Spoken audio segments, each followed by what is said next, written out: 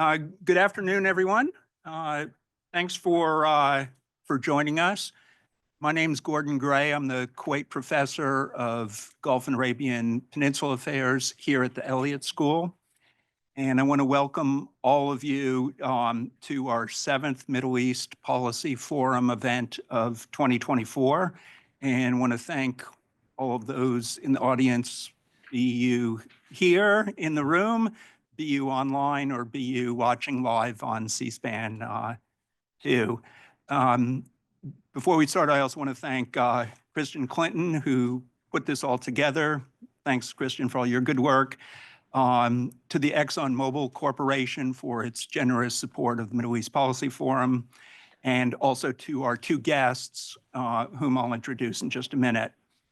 And I'd also like to invite you to the next Middle East Policy Forum event, which is February 18th. And a former Prime Minister of Tunisia, Youssef Chahed, will be speaking to us about his thoughts on the way ahead in Tunisia.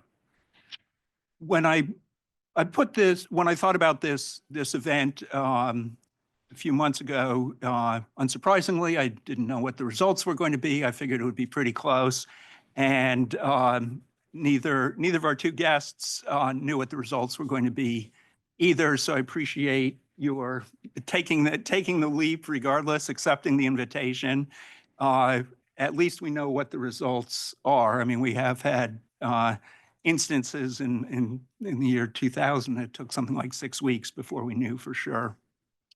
The exit polls I saw indicated that foreign policy was only the primary concern of about 5% of the electorate. So I'm not under any illusion that foreign policy was a determining factor for the outcome. But that being said, it was a very high priority issue for a sliver of the electorate in many of the swing states. And given how close the margins were in the swing states, I think it's fair to assume that it did have a bearing on the outcome of the election, and specifically Middle East issues, notwithstanding the fact that the war in Ukraine continues to rage. I think the Middle East was probably the top issue for those concerned with foreign policy. And no one is better placed to discuss Middle East policy in the next administration than our two panelists, Andrew Miller and Farah Pandith. Both have served in senior positions in government and have written with uncommon nuance about these topics. Andrew's a senior fellow at the Center for American Progress, where I had the pleasure of working for 4 years myself. Most recently, he was Deputy Assistant Secretary of State for Israeli-Palestinian Affairs from 2022 to 2024. Before that, he was a senior policy advisor to Ambassador Thomas-Greenfield at the UN, and also served on President Obama's NSC staff working on the Middle East.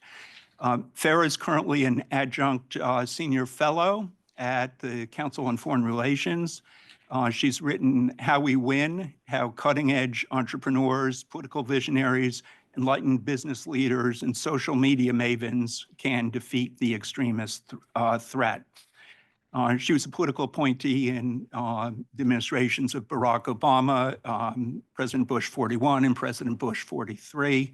And we first met when you were working on Muslim outreach to communities in Europe after the Danish cartoon controversy.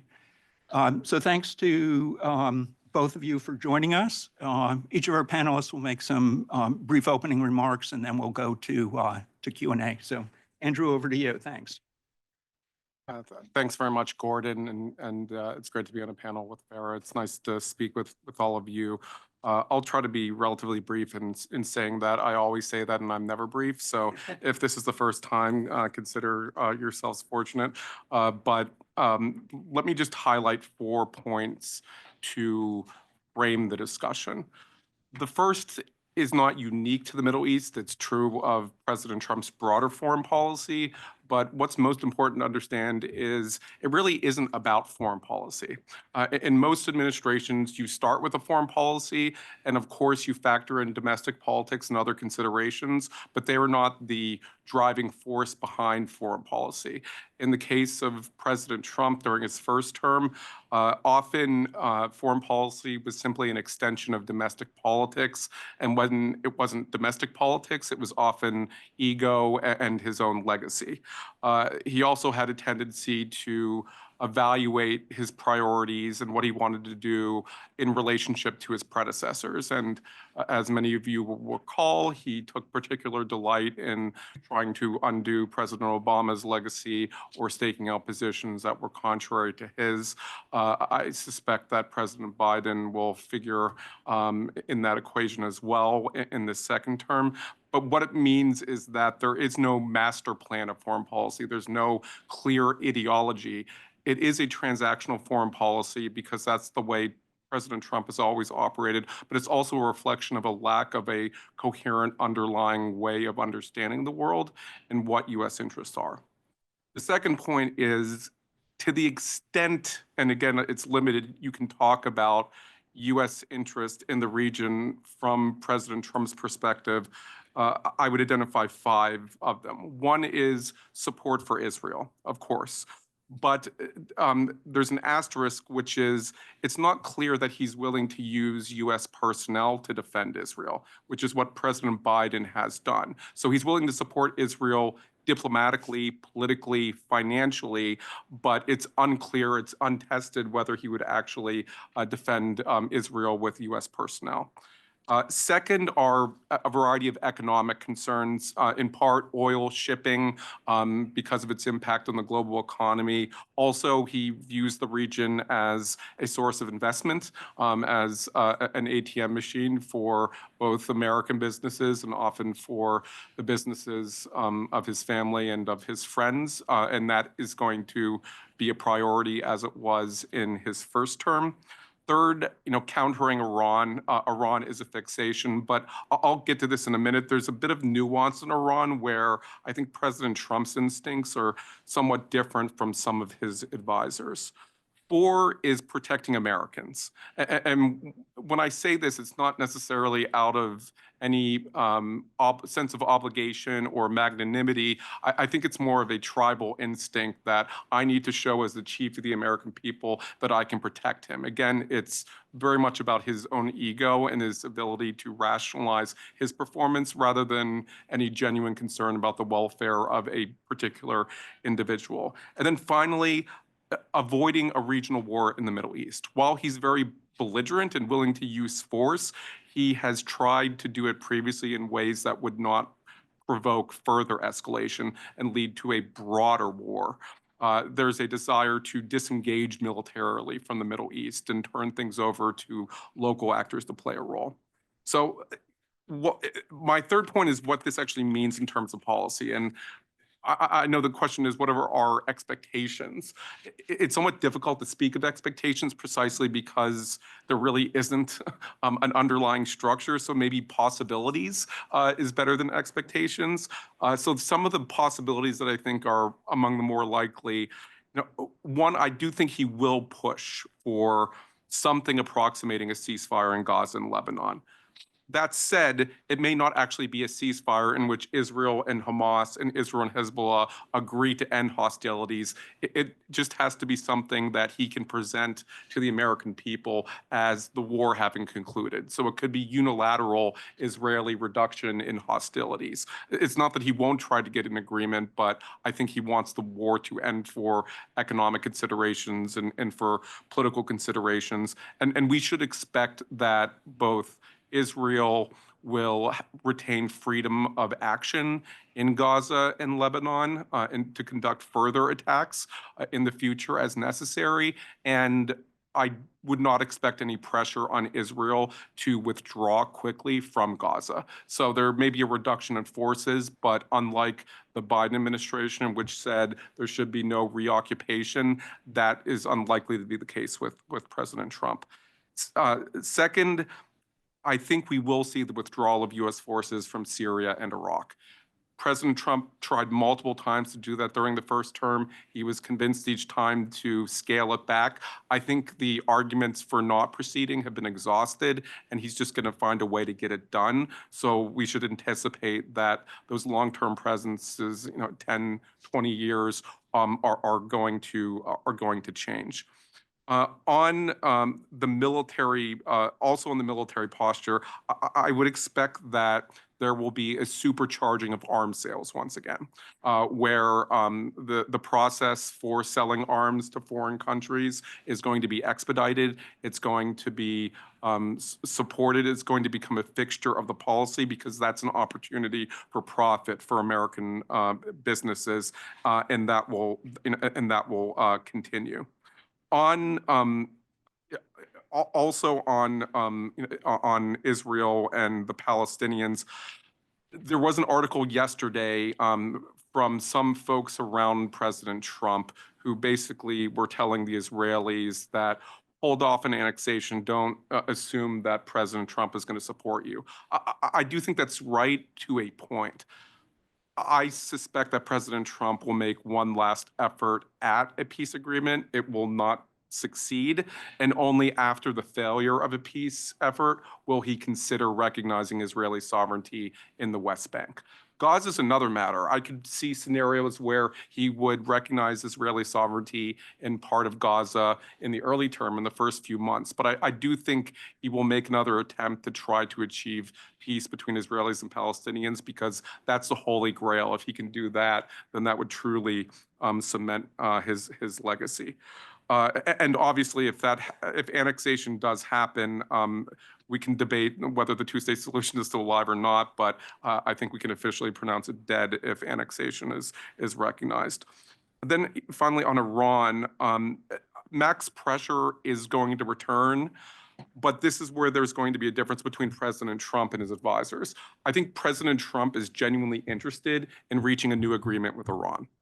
That doesn't mean it's an agreement that Iran will accept or an agreement that will necessarily satisfy U.S. interest. But when he came into office in 2017, his point of comparison was President Obama. He tore down what he did. President Biden ultimately failed to return to the JCPOA or to negotiate a new agreement. If he can negotiate a new agreement, I wouldn't put it out of question that he would do so, and even reverse prior positions to achieve it, because that would reduce the threat of regional war, and he would be credited with heading off a potential nuclear-armed Iran.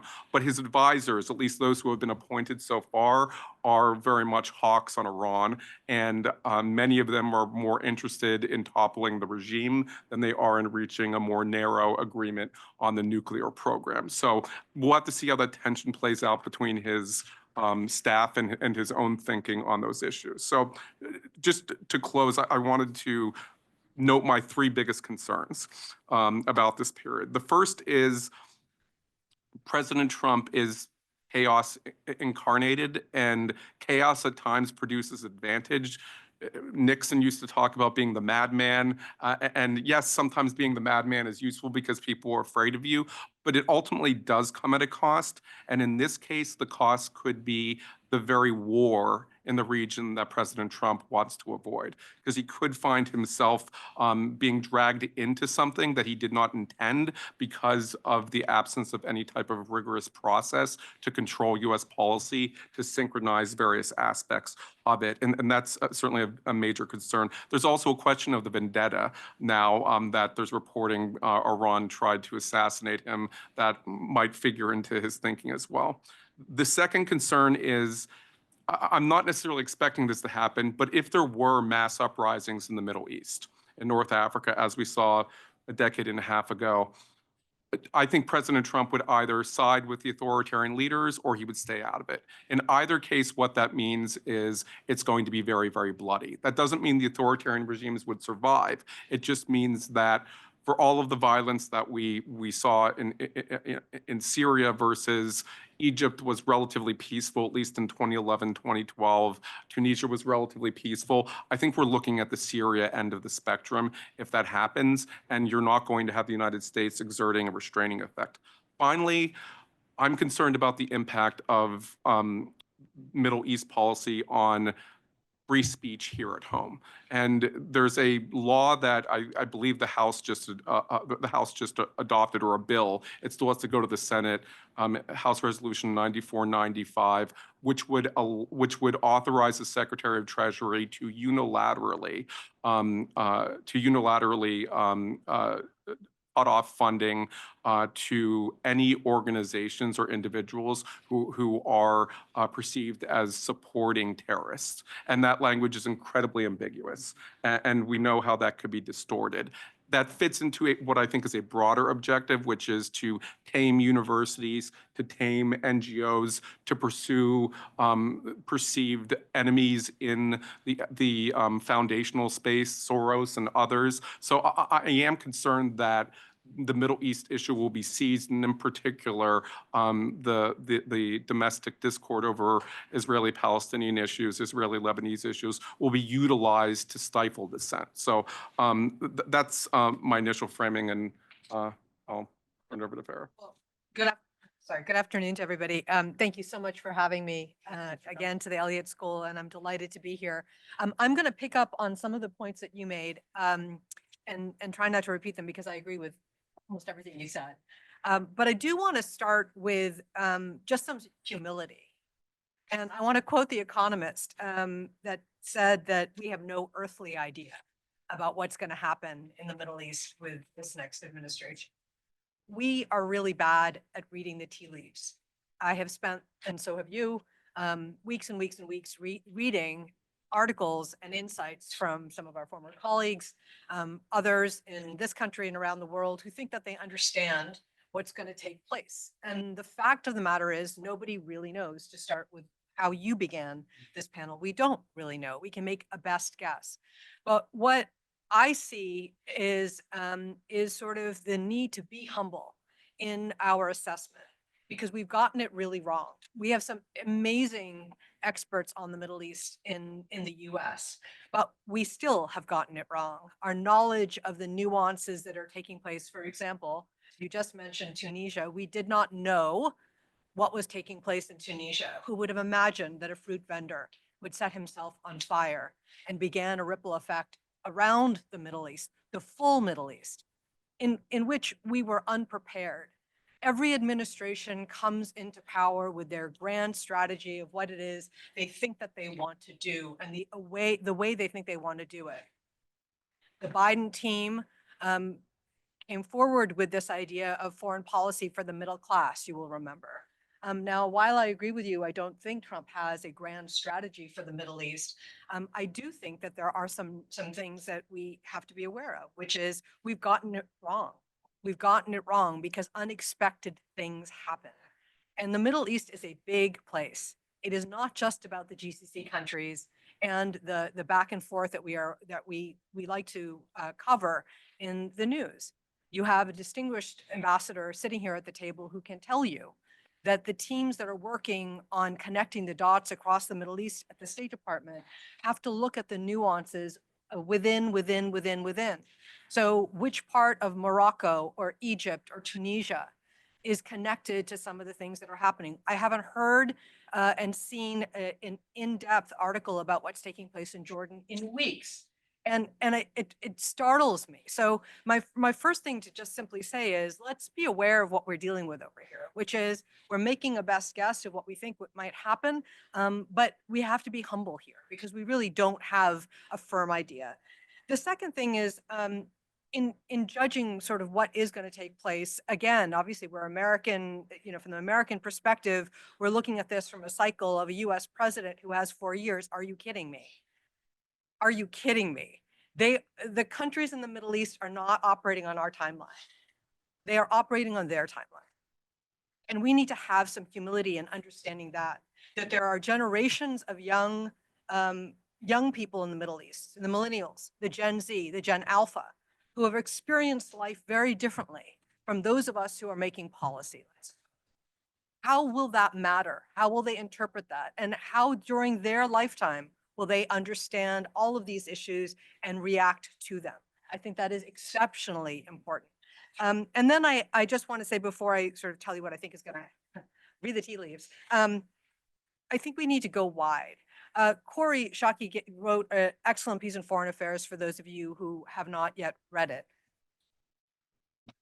Oh, we're Do kidding. you mind just? Sure. Do you mind sharing? Wanna- No problem. Is that better? Yes? Okay. I was just mentioning that there was a piece in Foreign Affairs that I think is really quite excellent. And Corey talks about deterrence and this idea of how America is sort of posturing itself, and the fact that the way we reacted to Russia and the Ukraine, China was watching how we operated around this issue. And if you take that analysis and you think about the Middle East, there are other countries that are watching the way in which we decide to operate, what we say and what we do. And I think that that is going to change the landscape in terms of how we think about the Middle East and how we operate successfully or not successfully in it. Now, having said all of that, what are the knowns and the unknowns that we have on the table? You just heard the assessment of, and which is, I believe, the right one, of being able to look at Trump from the first term and say, this is the kind of human he is. He is chaotic. He is unexpected. He is transactional. He follows the money. He wants to make a deal. But he also has very high expectations of his allies. And I think that piece, along with sort of some of the common things that have happened and have been said by his campaign about a president that wants peace through strength, I don't know quite what that means. But the idea that they're putting that out there right now, I think, is a signal, obviously, for how he wants to be seen. As the peace broker, for sure, he wants to be seen in that way, but he also wants to be seen as very strong. Now, as we look at, and we're not, this is not a campaign, and we have a result here, but we are rational humans that understand that over the next 4 years, he is getting older, he is not getting younger. And how decision-making happens, and maybe it's as good as it is today, maybe it is not. Who are his advisors and who is speaking to him? Those kinds of things matter in the way in which he assesses the intelligence that he's getting, what he wants to do, and what deals he wants to make. I would also say that I agree with you. I think that there are two very clear things that will happen quite quickly, swiftly. One is his legacy on the Abraham Accords. They're very proud about that. And I think he's going to try to make a deal with the Saudis in some way. And they're going to work on that really early on. Whether it works or it doesn't work remains to be seen. I don't think you're going to see a Trump that is going to broker a deal that the Palestinians are happy with. And I think Saudi has just talked about the fact that that is a sticking point for them. So what do you do in the meantime? How do you figure that out?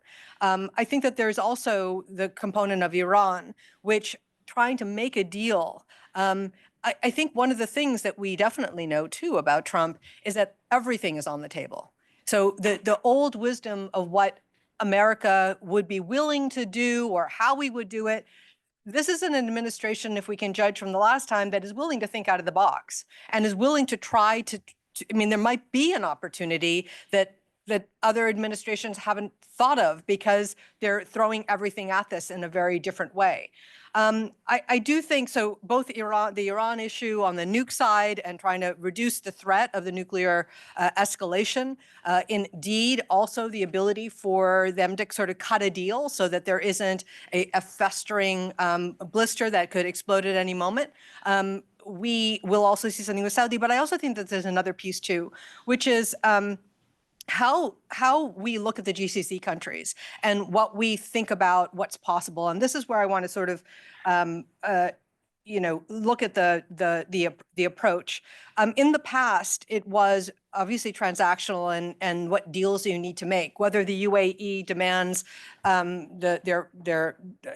recalibration for the deal that they tried to strike with the planes from the first Trump administration. Whether another country comes forward with another cool deal for this administration, I don't know. But I do think that people are looking at economic advantage, and I think they're looking at deals that can be made on the economic front, which could, in fact, impact the way in which we think about who we're doing business with.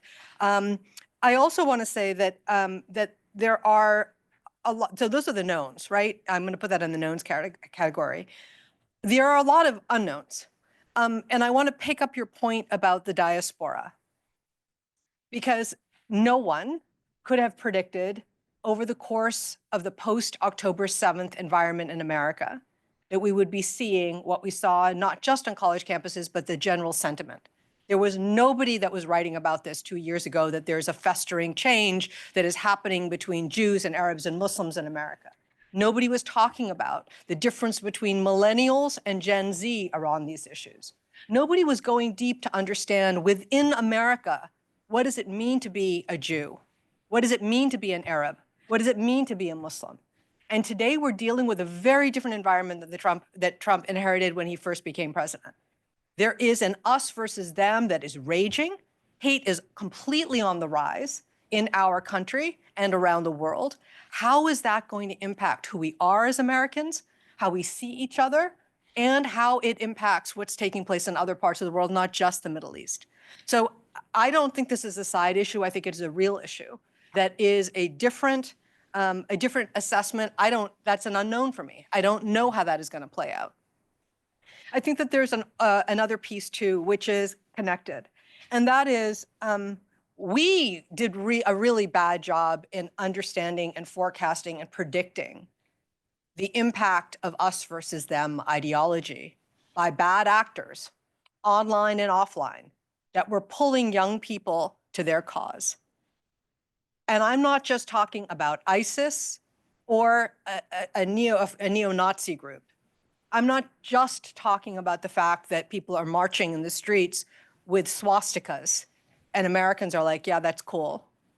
I'm not just talking about the rise of different kinds of hate. I am saying to you that in the years ahead, because of the sophistication of algorithms, because America hasn't done what they should be doing about containing and understanding how to put red lines into the system of what's happening and what's being fed to you, and because we haven't had a sophisticated conversation in America about what is acceptable and how to treat other people with compassion and civility, we're dealing with a huge unknown in terms of emotion, in terms of fear, and in terms of how we see the other. And I think that is a really important issue, and it is indeed connected to how and what takes place in the Middle East. And then finally, I want to talk about opportunities. It's not, in everything that we generally talk about in the Middle East, we're talking about either sanctions or hard power. And I want to talk about soft power, because I think the Trump administration has an opportunity to go big on soft power. I think with the right set of players, we have legitimate data that tells us the importance of success in the soft power space. And I think a huge win for Trump could be leaning into that. We do not want a generation of Muslims and Jews and Arabs who hate each other. That is not good in general, but it's especially not good for all of the reasons that we've just talked about in terms of stability and national security. So what could the Trump administration think about in the soft power space to actually make those connections happen? And I would say to you that there are places of common ground. I think that we need to find ways to build on that, both here and overseas. I think that we ought to be thinking about, you can be strong and also have a strong approach to soft power. And I think with the coalitions that he could build around these issues are going to be really important. I'll go back to the thing that I worked on for many years in both the Bush and Obama administrations, which is engagement with Muslims. And I want to remind you that 1/4 of the planet is Muslim. And more than 1 billion of those people are under the age of 30. They are digital natives. They have historic memory on what is taking place right now. The images will not go away of the aftermath of a horrendous attack by Hamas. unprovoked, on innocent lives, where 1,200 people were killed, the hostages that we have to think about every day, and then the 43,000 civilians that have died because of the aftermath of all of these things in the last year. And I think we would be mistaken if we didn't think this was going to have a serious impact in the way in which this affects the way people think about themselves and the world, and how we think about our opportunities as Americans leading with strength, if that's the way you want to put it, to do something more. But it is not just America that can do this. It is going to require deep work of diplomacy and in the realm of soft power to build those bridges and find a way to get through this. And finally, I wonder here, I have a couple of things that I wonder about. Is human rights going to even be an issue in the Trump administration? Are issues of humanitarian aid going to be an issue in the Trump administration? And are we as Americans going to take the lead in any of this? So I'll leave it there. Well, thanks to both of you for excellent, if not necessarily uplifting overviews of the situation in the Middle East and what the policy might look like over the next 4 years. I'm going to exercise moderator's prerogative, if I may, and ask the first question, which is, what have the announcements of certain positions, Secretary of State, National Security Advisor, US-UN, for example, what, if anything, do they suggest to the two of you might be a direction for the Trump administration in the Middle East? I'll take a first crack. So for context, there are at least two wings within the Republican Party on foreign policy. One of them is isolationist, and I think that is a tendency that's most dominant amongst the president's base voters. Amongst his advisors and in the more elite circles, there is a hawkish or militarist, some people call it neocon, but the neocons cared about democracy in their own way, and most of these folks don't care about democracy at all, so I don't know that that term is completely applicable, but nevertheless, it's a much more activist engagement with the world, albeit relying on the use of force to produce outcomes favorable to the United States.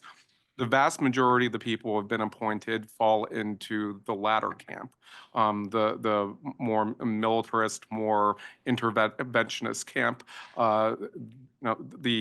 Congressman Waltz will be National Security Advisor, was extremely critical of President Biden's decision to pull troops out of Afghanistan. President Trump wasn't critical of the decision, he was critical of the way it was done.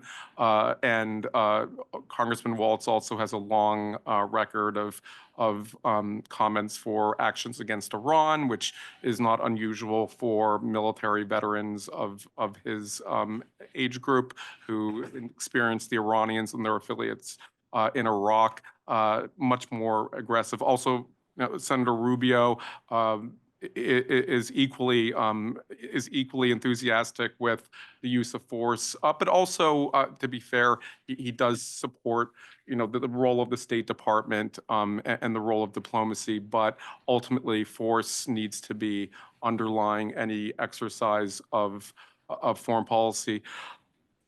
Elise Stefanik does not have much of a background in foreign policy. She's certainly a prominent member of the Republican Party and a senior position within the Congress, the number 3 Republican Congresswoman.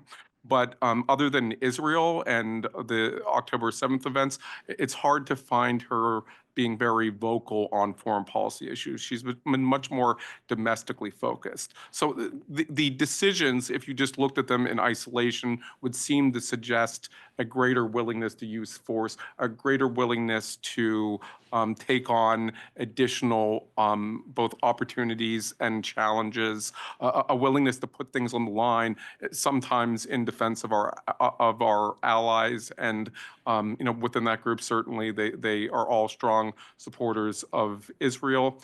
But The one characteristic that does differentiate them, in addition to their worldview, is their loyalty to President Trump. They what may disagree, but ultimately they fall into line. And that was not the case with President Trump's cabinet during his first term in office. So I think he is probably, and this is pure speculation, more interested in ensuring he has people who will ultimately agree to do what he wants rather than agree with him that he's right. And though these are individuals who I think can reliably expected to do that. So we'll have to see the degree and the actual manifestation of their views in the policy. It will be there, but whether it is relatively diluted and President Trump is ultimately making the decisions and following his own instincts, or they're having a heavy influence, that's an unknown. And that's one area where humility is certainly justified. It's really hard to tell. Because as you said, I mean, the first term, there were individuals who had a red line, and you saw turnover a lot. This time, I mean, there's reporting that Tiffany Trump's father-in-law, who is a Lebanese American businessman, is going to be, I mean, he's denied it, but that he's counseling the president-elect. We know a very well-known and very seasoned policy person, Brian Hook, is running transition. He, in the last administration, Trump administration, was the special envoy for Iran. He has deep knowledge. He understands the interagency. He's a substantive human being. Is he going to be able to influence the way the State Department, does its business? I don't know. I mean, we are guessing here.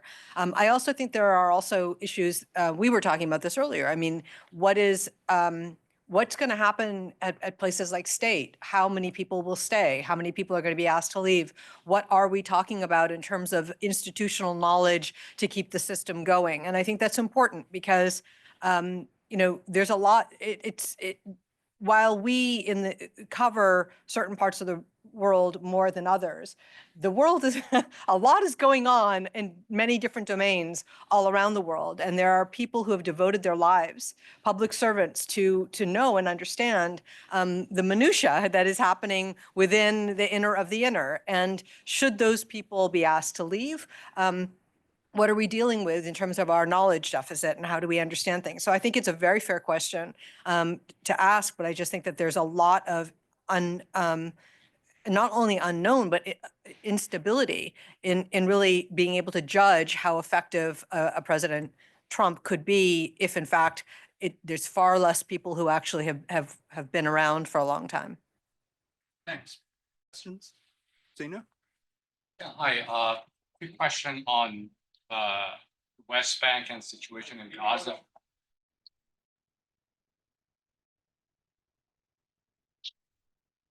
Can you hear me? Is it good now? Quick question on Gaza and the situation, the war. Do you think that Donald Trump, the peacemaker, would agree to the annexation of West Bank in return for the Israeli government agreeing to a ceasefire? And a second question on Trump's tendencies to fire people. How long do you think the people that people like Marco Rubio or the National Security Advisor would stay in the job, given that they're kind of activists, they promote activist foreign policy, whereas Donald Trump and J.D. Vance promote isolationism? Thank you. On Gaza and the West Bank, the idea of essentially trading U.S. recognition for recognition of Israeli sovereignty in the West Bank for a ceasefire in Gaza. I mean, I think as Farah said, every idea is on the table, and this would be unthinkable under any other administration. We can't rule it out. I still tend to think that he wants to make one more attempt at trying to forge an agreement between Israel and the Palestinians, which I think is utterly unrealistic. But he's going to want to make that attempt and understands that if he were to recognize Israeli sovereignty in the West Bank, that would effectively preclude any possibility. I could be wrong on that, for the sake of maybe buying time and hoping that something changes for the better. I hope that doesn't happen, but I think it's much more likely that President Trump will give the Israelis sufficient assurances they can do what they need, but they just need to give him a plausible argument for why the war has ended, even if in practice it has not done so. As with everything, perception is more important than reality, and I think that's particularly true with a reality TV star. I agree. I should have brought a magic 8-ball with me when I came today. I would have given you the answer. I agree with everything that you just said, but I do want to say that neither one of us mentioned China, nor did we mention Russia in Iran as a sort of a connected unit. And I think it's important to understand that one of the reasons it's so hard to predict is because there are other players that are part of this too. It's not a zero-sum game. And I think this time round, with everything so unstable, it would be folly to suggest that we know what's going to happen just because there was a Tillerson and then a Pompeo after that. I mean, who knows? Maybe he stays all 4 years. I also want to, you mentioned Vance, and I want to sort of go further on that. We've never seen what a Vance will do in the foreign policy. I mean, there's no record whatsoever. He's the wild card. And this is a 4-year term for President Trump again. Vance is looking at that, and very likely looking at 8 years after that, right? So as you think about the issues that are taking place that's why I said timeline, it's so interesting. We know what our timelines are, and we can assume to know what a President Trump and a Vice President Vance want going forward, and the players that are the personalities that are, let's face it, it's Washington. Everybody is juggling and figuring out how to seize the most amount of power, right? So what does that all mean in the end? What could we see? We don't know. Yeah. So in relation to like the Israeli cabinet's reaction to Trump's victory and that like grudge I believe Trump has against Netanyahu congratulating Biden, can we see a shift in relationship, especially with Netanyahu's like coalition and the pressures they're facing for the hostages? Can we see any change in dynamics or like related to Biden versus Trump and any future tensions that could arise with Israel? I mean, I think that's an excellent question, and it gets at this duality between President Trump's rhetoric on Israel and support for Israel and the underlying reality of his personal views. And I don't think that's true of some of the people around him. I think they are genuinely committed to Israel in a way that President Biden has demonstrated himself to be. My understanding is that Jason Greenblatt, who was one of the former negotiators for President Trump, went public and said, Israel, you need to calm down. I know you want annexation, but don't assume that President Trump is going to immediately do this. And you need to focus on your near-term priorities. You may be able to eventually get to annexation, but it's not necessarily going to be a green light. And he certainly has greater insight into the president's thinking than I do. The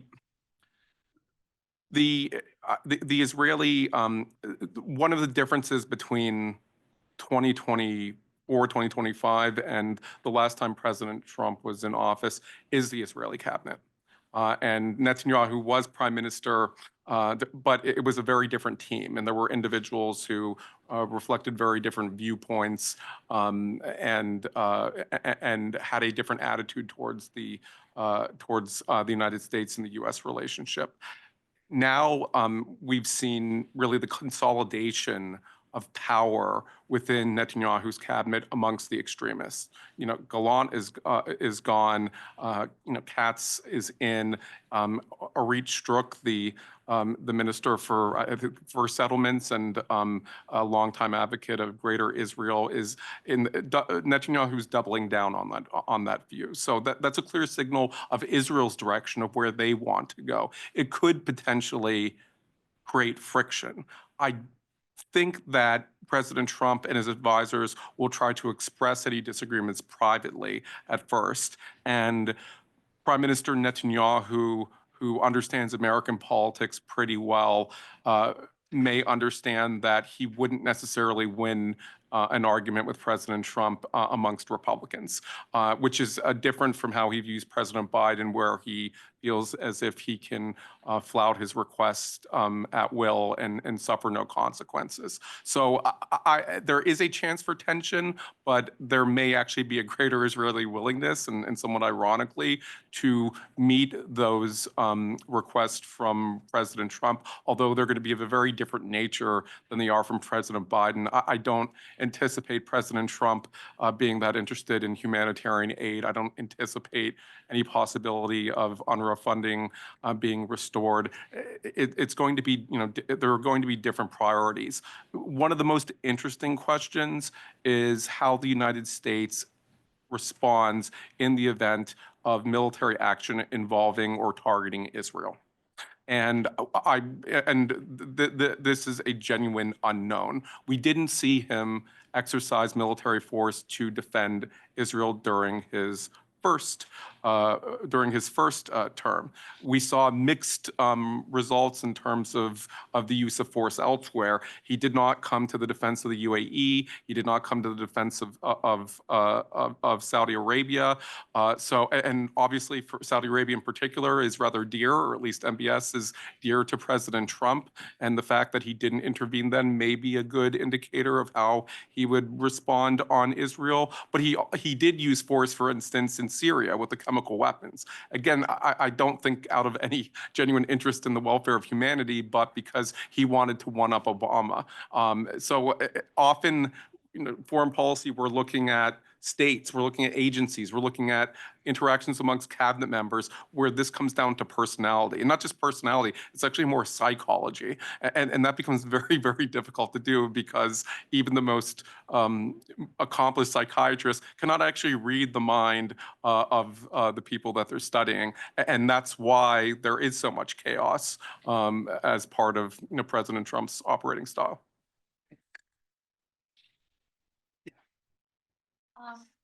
Just do you want to wait for the mic just for a second? Thanks. So you mentioned withdrawing troops from Syria and Iraq. Could this potentially mean that Donald Trump would approve an invasion of Syria by Turkey? Like we saw when he decided to withdraw the troops and Turkey used chemical weapons on the Kurds. What is this potentially going to look like for the Kurds? I do not believe that in President Trump's worldview, he sees strategic interest in Syria for the United States. He only does to the extent that he's concerned about jihadists and ISIS, and that threat is still there, but has, you know, fortunately receded, you know, considerably. And he has no he's not firmly opposed to Assad either. Is certainly not loyal to the Kurds and the SDF.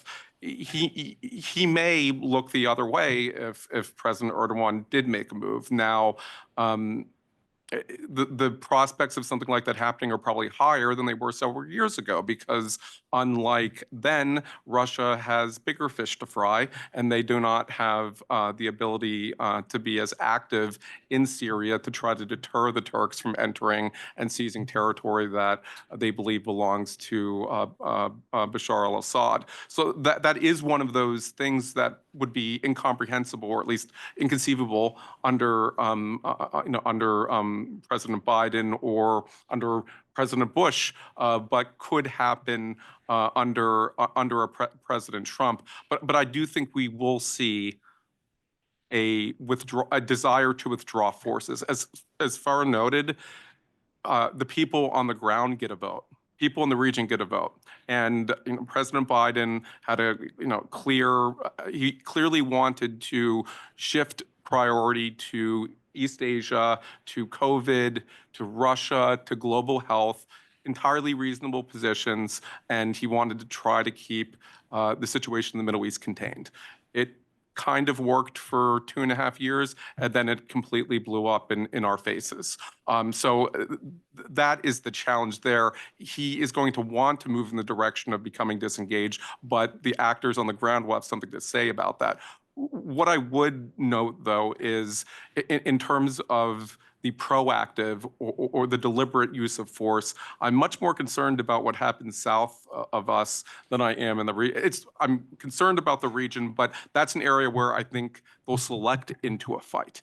And that could affect their decision-making vis-a-vis not only in the Middle East, but also, ironically, in China, even though there are China hawks, even though Trump is a China hawk, he may be more interested in deploying forces in Mexico to deal with cartels than in maintaining some degree of deterrence vis-a-vis China. And I would suspect that the Taiwanese are particularly concerned at this moment because they don't know whether he will honor that the long-term U.S. commitment to Taiwan's defense, not treaty commitment, but a clear demonstrated policy of trying to support them. So it may be things that have nothing to do with the region that dictate what unfolds in the region, or it could be the region asserting itself and saying, not so fast, Mr. President, we have other ideas. You're going to have to focus on this. I think every president since George W. Bush has come into office wanting to reduce our involvement in the Middle East, and everyone has failed. So maybe that is the best bet to make out of all of this. And the other piece of this is, I mean, as I said when I began our conversation today, there are things happening with millennials and Gen Z and Gen Alpha that we do not know. We also know that there are serious mental health issues for young people across the Middle East and the world. We know that. We know that many of the leaders in the Middle East are dealing with drug addiction with young people. They're trying to get a handle on all of that. There are layers to this that we cannot control, and we can't pretend to understand how they're going to manifest. And I think it is really important that we are clear-eyed about that last point that was just made, which is things can trigger in another part of the world that will actually make a difference to how we see, even understand the national security implications for the Middle East region, what it will mean for our domestic populations, and what the Department of Defense is going to manage, how many things they can manage at the same time. There's an entire conversation to be had about whether or not the Trump administration goes bigger on the defense budget, what they decide to do in terms of their posturing of what they're going to build and how they're going to be strong. Already there is a lot of conversation about what we don't have and what we should have, because China has done things that we have not yet done. So how all these other conversations will manifest is going to make a difference to what an administration decides to do if Turkey decides to take an action or Syria does something that we didn't expect. Thank you. I'll just wait for Kristen for a second. Thanks. Hey, thank you so much for your remarks, which are very insightful. You've both focused on kind of the new administration and discontinuities, but isn't it the case that those discontinuities and changes maybe are perceptible here on E Street if we're looking at C Street? But if you're in Cairo and you're not in the presidential palace, or you're in Riyadh or, Casablanca, it actually seems like there's a great deal of continuity. And I point to three things only. This insistence on the Abraham Accords, integrating Israel into the region without any regard whatsoever for the Palestinians, or dealing sufficiently with the Palestinian-Israeli conflict. We've seen that Trump, Biden, and we're going to see it again, it seems like. Palestine, Israel. You have talked about the possibility of annexation, but what we haven't talked about is an administration that has facilitated or been complicit in the active killing of 43,000 or 44,000 Palestinians and making basically Gaza uninhabitable which seems to be the goal of the Netanyahu government. Thirdly, you mentioned Mohamed Bouazizi in Tunisia and the Arab uprisings. The current administration, in distinction to the Trump administration, came in and said, human rights is going to be at the center of our foreign policy. We're not going to have a favorite dictator, and we're going to make Saudi Arabia a pariah. We've seen really no serious action with regard to human rights for Palestinians or for Egyptians or for Sudanese or for others. And so from the perspective of someone in Cairo or Dar el-Beda or, Syria, it seems like there's a great deal of continuity. Thank you. I think that's certainly a fair assessment of how it will be viewed within, not only within the region, how it will be viewed perhaps elsewhere in the world.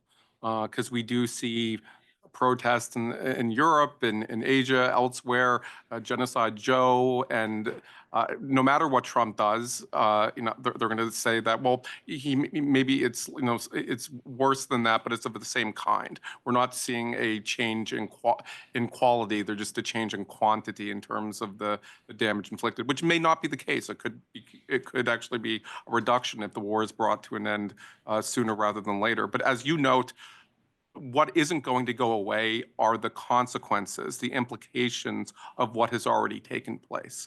And in Gaza is unlivable, and Israel is in the process of apparently closing off northern Gaza to Palestinians, which is exactly the type of population displacement that Secretary Blinken said was a non-starter in his Tokyo principles.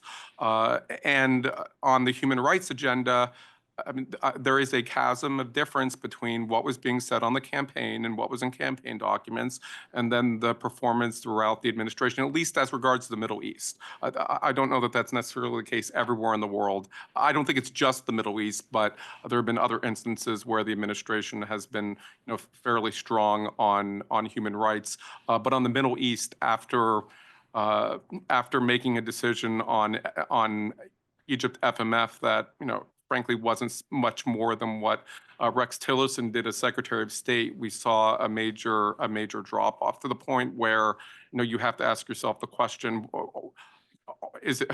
are we going to continue saying this if we don't really mean it?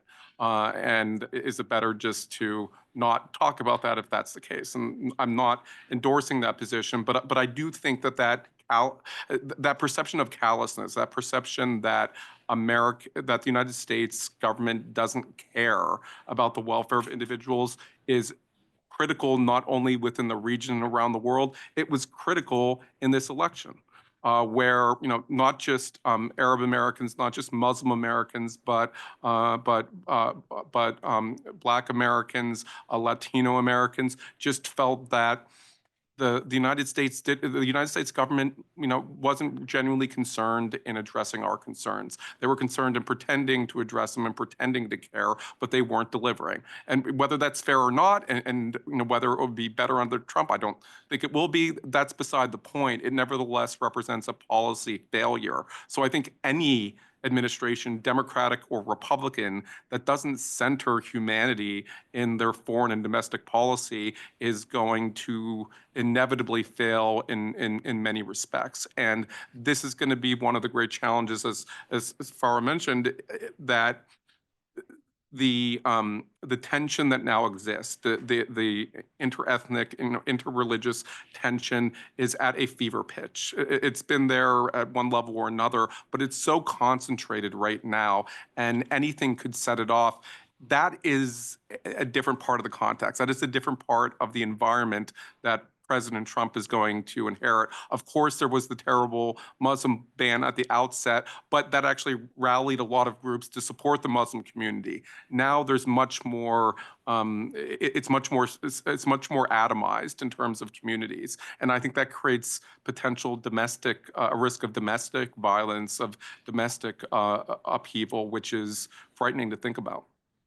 I agree with everything, obviously, and it's very serious. I mean, this is not a side issue. This perception by the regular person anywhere in the world about who we are And, we are old enough to remember how we wanted to have others perceive us. And in a moment where the narrative is not defined by a State Department or a White House spokesperson going out and controlling the story. It's not controllable. What's controllable is every human on planet Earth who has a phone being able to see for themselves what they want to see. And that there are good and bad actors online trying to push narratives in a particular way. We did not talk about mis and disinformation.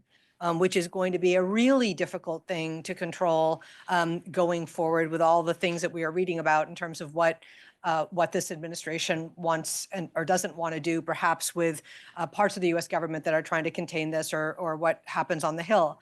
All of these things are connected. From the perspective of ethnic groups and religious groups and racial groups, whether it's gender or sexual orientation or all the things that we have talked about valuing as sort of core principles of our country. I think the way younger generations understand us is far more blurred than we would wish to admit. And I think it would do us all a lot of good. I know that some people in this room already do this, but to read the news from other parts of the world about who we are and what America represents. I know that it is not always easy to see how others see us, but to your point about continuity, they're not seeing a change in this idea of us versus them. They aren't seeing a change in what they perceive to be a hierarchy in the United States about who controls and who doesn't. They aren't seeing, we're not seeing a change in the way they perceive America being hypocritical on issues such as human rights or humanitarian aid or even gender equality. Okay, so I mean, it is a new moment that we have to absorb, but it is, you ask such an important question about what are others thinking of us, and don't they just see us as being the same as we've always been? And I think that as we go forward is going to become even more important.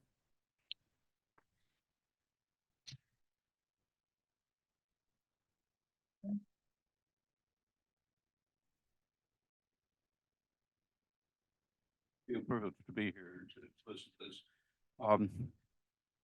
It's been my impression since around 1981, when the bombing of the refugee camps near Beirut, that American Jews have started asking, "Is this the Israel that we wanted to support?"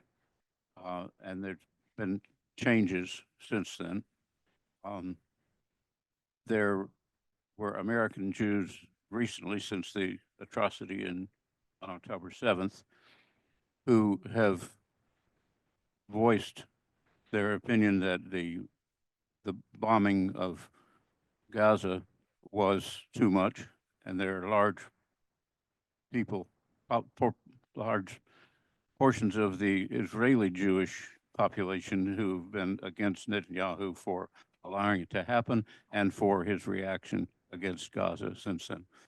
My question is this basically: is there any chance of a realignment of Jews and Arabs on one side who are for peace and justice, as opposed to those who want domination of either side, in place of just Jews on one side and Arabs on the other?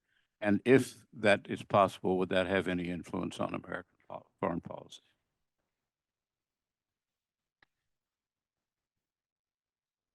I think you're absolutely right that there are significant changes taking place within the American Jewish community.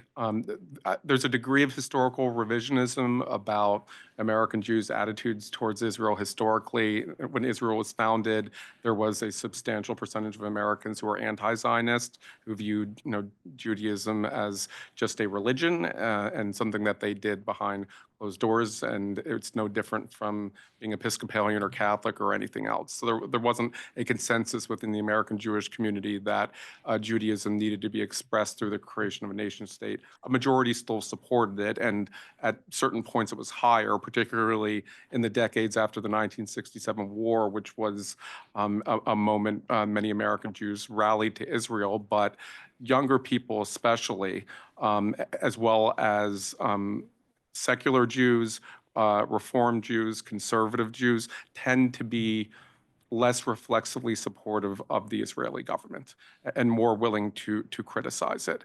And they tend to be more humanistic in their outlook, which I would argue is a defining quality of Judaism, but not all Jews will agree with me, just as is true in any religion. So I do think there is a possibility for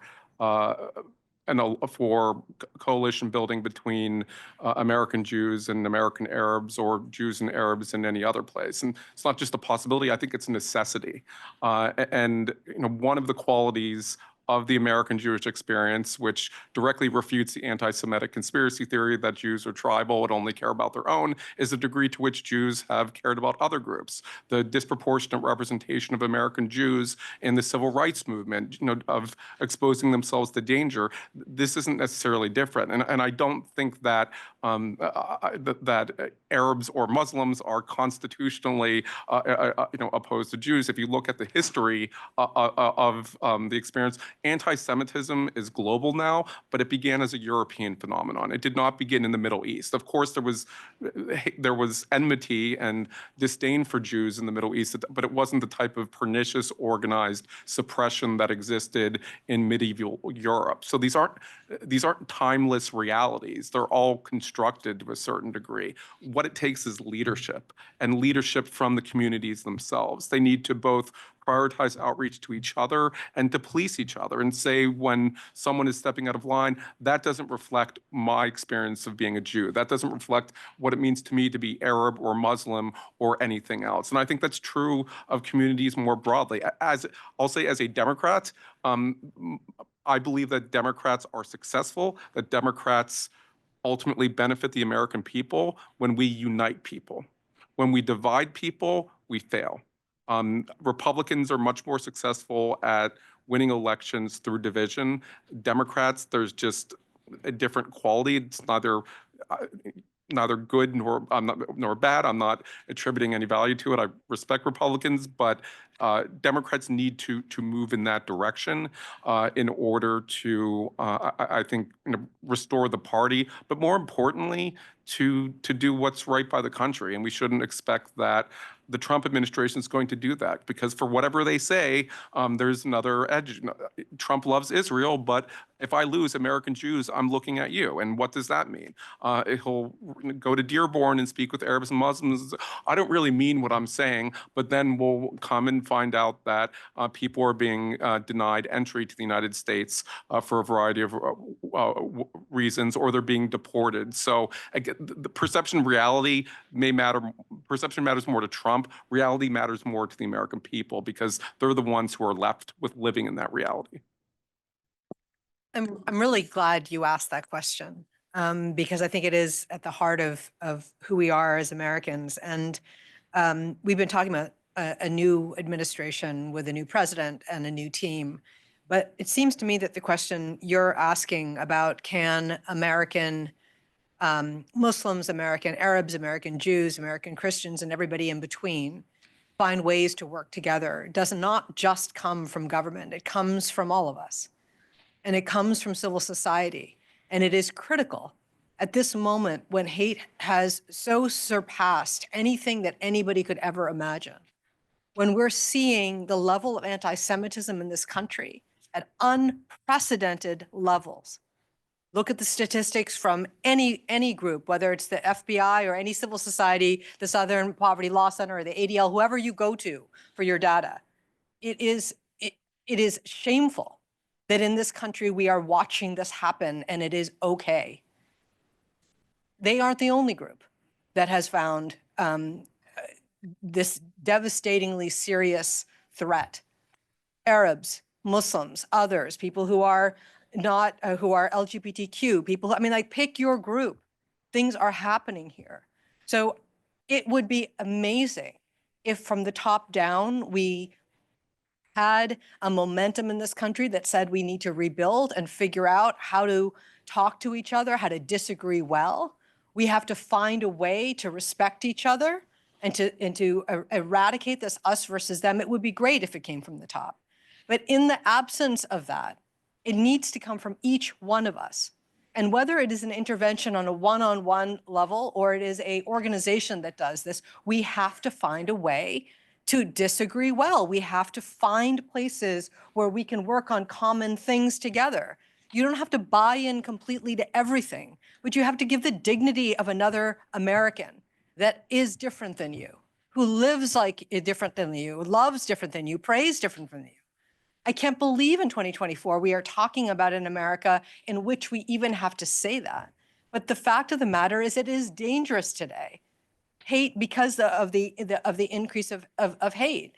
So your question about must we do this? Yes, we absolutely must. Does it have to come from government? It would be super if they could be the leader in this. But we have to understand that we can't just throw our hands up and say, well, government's not doing it, so there's nothing to be done. The bad guys are winning, and they're winning because they're organized, online and offline, because they're funded, because they're learning from each other. Even though they have different ideologies, they're understanding that, oh my gosh, that tactic works, so we're going to do it over here. This is a really dangerous thing that has happened to all of us. So I'm an optimist. I do believe we have solutions that are available right here for us. The question is whether or not on this campus and in our communities and in your neighborhood and in your place of worship and everywhere else, you're willing to do something about it. When you introduced me, you said we first met in the aftermath of the Danish cartoon crisis. And when I worked in the Europe Bureau on behalf of the United States and I was going overseas to Europe to talk to Muslim communities, I was proudly able to say, it is safe for American Muslims to walk down the street. I was able to say there are churches and mosques and synagogues and gurdwaras and temples on the same road, and it's perfectly fine. I was able to say pluralism mattered in our country and that people were willing to stand up and protect it. After 9/11, as an American Muslim, my Jewish friends came to my side. Today, if I were in that same job, which doesn't exist and it doesn't need to right now, but I could not say it is safe for a Jew to go worship. I cannot say it is safe for somebody that is of the Sikh religion to wear a turban, somebody who has a bindi, who is Hindu, somebody who, pick your group. It is dangerous today in America, and that doesn't have to be. So for me, I see a serious need for us to recalibrate what each of us can do, to think about a way to work together and to organize to make that happen. Thank you. So circling back to Ms. Burgess, something you said. Microphone's coming. Oh, yes, thank you.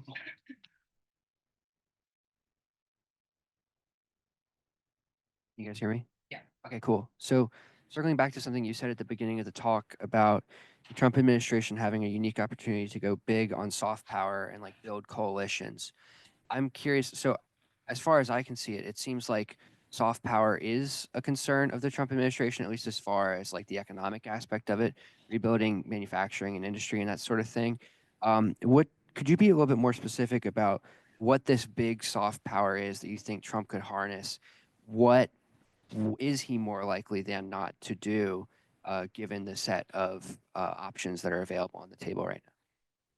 So I was referring to the State Department primarily when I was referring in that comment about how we lean into diplomacy, and we have a bunch of tools in our toolbox, whether it's public diplomacy or other kinds of things that we can ramp up. Am I saying I think this is going to happen? That is not what I'm saying. I'm saying that there is an opportunity, should this administration want to go big on finding new ways to build on youth initiatives, to find ways to work on social impact entrepreneurship, to think about on the economic pillar, what things can we do climate is not going to be an issue for this administration. So I would not say that that's a common thing, but health might be.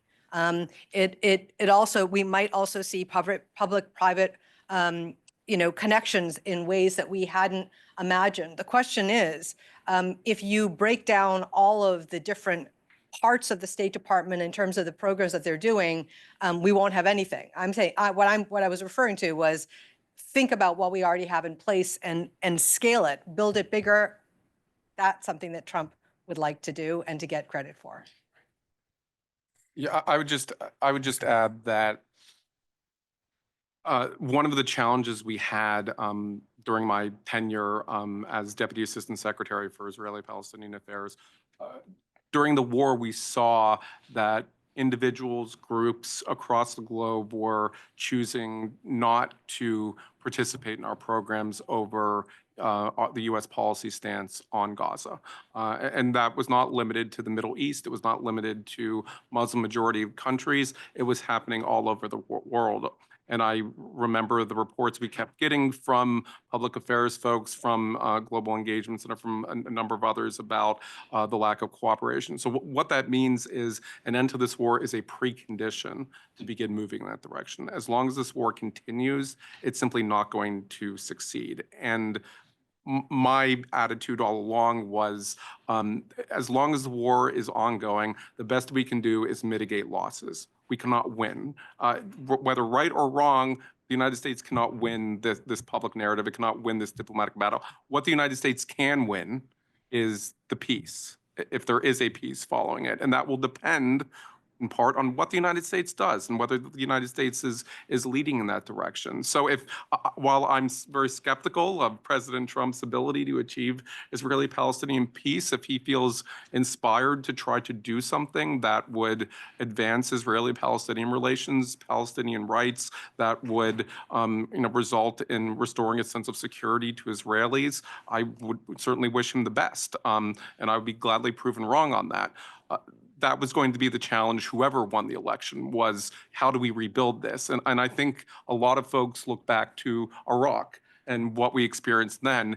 And it's amazing how quickly those lessons have been forgotten, have been lost. There's a sense that, well, we got over that. And that's true to a certain extent, but it was largely a function of the United States electing a once-in-a-century president who could speak to international communities in ways that no other American president could because of his identity, because of his experiences. No Obama, I mean, I greatly respected Senator McCain. Had he won the election, I don't think we would have recovered as quickly from Iraq as we did. And unfortunately, I don't know that there is someone that transformative on the horizon, but it's a large country, 300 plus million. Hopefully there is someone.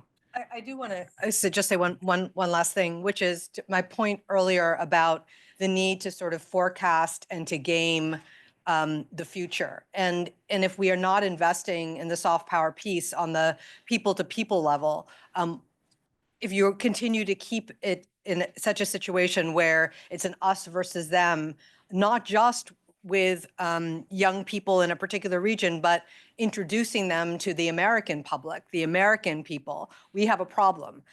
So we've got to, that's where I think if you want to take that risk and go big, you could in fact think about ways in which the American people can get to know people in other parts of the world so that there isn't a misunderstanding that happens. I think that that's a big ask. I'm not suggesting it's easy, but I do say that if I were in a situation where I'm forecasting what could be coming with regard to challenges, one way to blunt the force of some of the bad things that could happen is if we do more so that people know each other. And just wait for the microphone. You mentioned earlier about the idea of isolationists and interventionists, and I wonder. So this brings to my mind about like the previous administration and like whether they take an interventionist approach, and can you elaborate more on like this in relation to Biden's administration? Thank you. Um, so I think it's not the difference between isolationist and interventionist is not just whether they are worldly, whether they are prioritizing engagement with the world and the world's engagement with them. It's how they choose to engage the world. And military force is a reality of international politics, a reality of international security. But there are other tools. There is diplomacy. There are politics, economics, cultural, social affairs. True internationalists in the supported engagement across all of those fields and recognize that each was essential to contributing to positive outcomes and outcomes that are good for the United States and outcomes that are good for the international order. Now, the balance among those elements would shift from administration to administration, but largely the isolationists were kept at bay, and that's not the case any longer. It does feel like back to the future, which still is an oxymoron the more I think about it. But in any event, it feels like we're back in the 1930s where many Americans believe we're in a big country, we have oceans, we don't have to worry what goes on around us. We're going to be fine, we're protected. And the United States is not an island either figuratively or literally, and we need to be concerned with what's going on in the world. I do think that President Biden very much is an internationalist. I think, typical of his generation, someone born in 1943, he very much saw the United States as a leader in the world, as the major architect of the post-war order, and that's something that he's put a lot of stock in. Now, the decisions that are made or have been made, day to day, month to month, not all of them would push in that direction.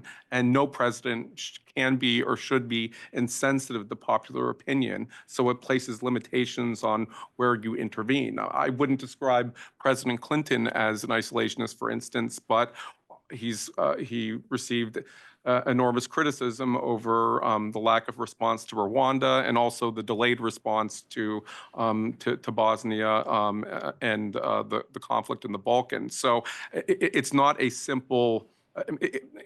The duality is more theoretical than practical. I do think, though, that President Biden valued engagement for its own sake, whereas for President Trump, the purpose was always, what do I get out of it? President Biden places a lot of stake in relationships and having those relationships, because ultimately, when you do need someone, it's better to have a relationship with them than to be coming them to the first time saying, can you help me out, please? And that's instinctively part of it. Of course, any president is going to have inconsistencies, but you also have that isolationist dimension in the Democratic Party. The difference is it tends to be more isolationist just in a military sense, where they're not necessarily opposed to diplomacy and other types of interactions globally. They just want to pull the U.S. military back and revert to something like a pre-World War II military reality. So it exists on the left too, but that is a difference, to have significant isolationist representation in both the Democratic Party and in the Republican Party.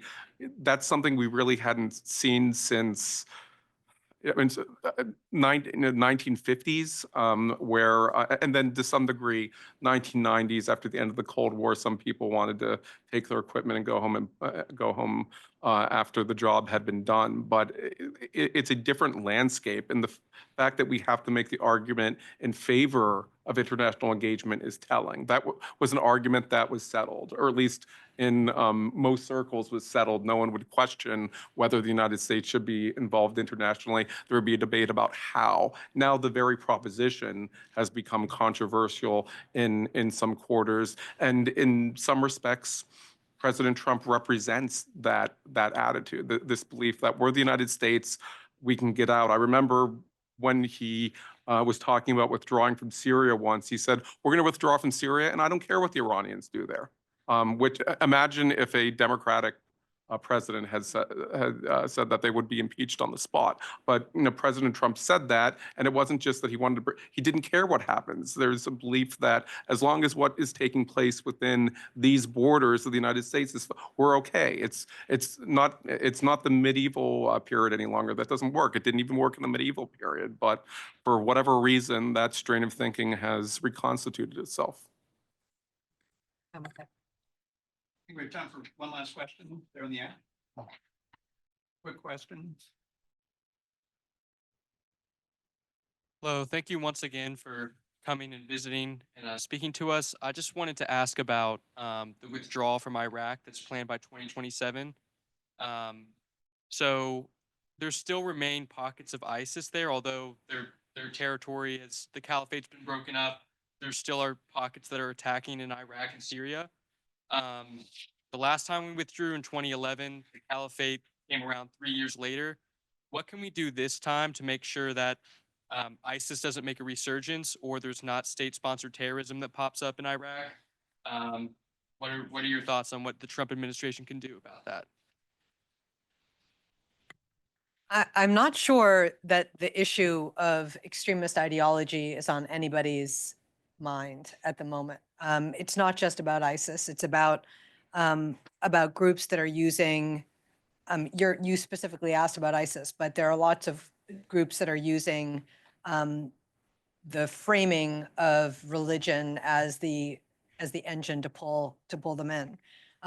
There was a plan in the first Trump administration to stop the appeal of the ideology, because certainly ISIS and others can't do what they do if they don't have ideological soldiers. It begins with the recruitment and the radicalization of people coming into the force. And I think that we are kidding ourselves if we believe that we're talking about something that we can contain. The ideology of ISIS is global. It is not just about Iraq. We saw that with the ability for them to persuade Americans to leave our country and countries from all over the world to go to the so-called caliphate and do what they have to do. I think what you can expect in the years ahead is that there will be an even greater pull, because there are now, to the point that you were making about the devastation that people see happening on the ground, there are already memes and videos and narratives that ISIS is using to use the Hamas Israel incident on October 7th to bring people into a mindset that believes that they have to keep fighting and use violence for the thing that they want to do. All of these groups may have different ultimate endpoints, but they all need to recruit, and they're all using this particular conflict in the Middle East today as a recruitment tool. So I think what you are going to definitely see is something that happens, whether it is the kind of event that you saw in Boston, in the Boston Marathon bombing, with an American, young people that got radicalized and did something, or you see something in another part of the world. We saw what happened with the Taylor Swift concerts. This isn't going away. The ideology of ISIS is here. No one has spent the kind of time and money to reduce the appeal and the impact of that ideology, and that we're going to be paying the consequences. In terms of the agreement on 2027, I don't know the precise details, and they're probably, they could very well be classified. So even if I did know it, I couldn't talk about it at length. But my understanding is it's not actually a withdrawal in the way that it was the first time, that it has more to do with reclassifying the missions of American forces. So it's not as if these soldiers are going to disappear overnight and they're no longer going to be present. They're going to be asked to perform different roles, and should the need arise, they could transition back into the prior capacity. So I don't think you would see exactly what happened previously where U.S. withdraws and then it took a lot of time to get forces back to reestablish connections with Iraqi security forces. We should be better positioned. That's if that plan is implemented. It's very possible President Trump will come in and say, 2027, no problem. I'll be out by 2026, or I'll be out by the end of 2025. So it could look different, and that may not be a reclassification. That may actually be a withdrawal. But the key part of this is those troops returned in 2014. It's been 10 years. The fact that there remains a concern that withdrawing those troops could lead to a renewal of this type of extreme points to the political failures, both within Iraq, but also by the United States and other countries, both our allies in Europe, but also in the region, who worked to try to stabilize the situation. That we did not succeed in 10 years, which is not a short amount of time, suggests that there were some shortcomings. So even in a perfect world where we were able to say that they should stay and they should play a role, unless it's coupled with a full strategy, a political and economic, a social strategy, a strategy aimed at information, at bringing together some durable base of security and governance in Iraq. It doesn't matter whether it's 10 years, 20 years, or 30 years. As soon as you pull the plug, the water's going to go down the drain. So I would just note that sometimes the proximate cause is not necessarily the biggest or most powerful explanation for why extremism takes hold. Unfortunately, that brings our session to a close. I want to thank all of you for excellent questions and for your attention. To our virtual audience, thank you for tuning in. And I'd like to ask people in the room for thanking our two great panelists for a very interesting discussion.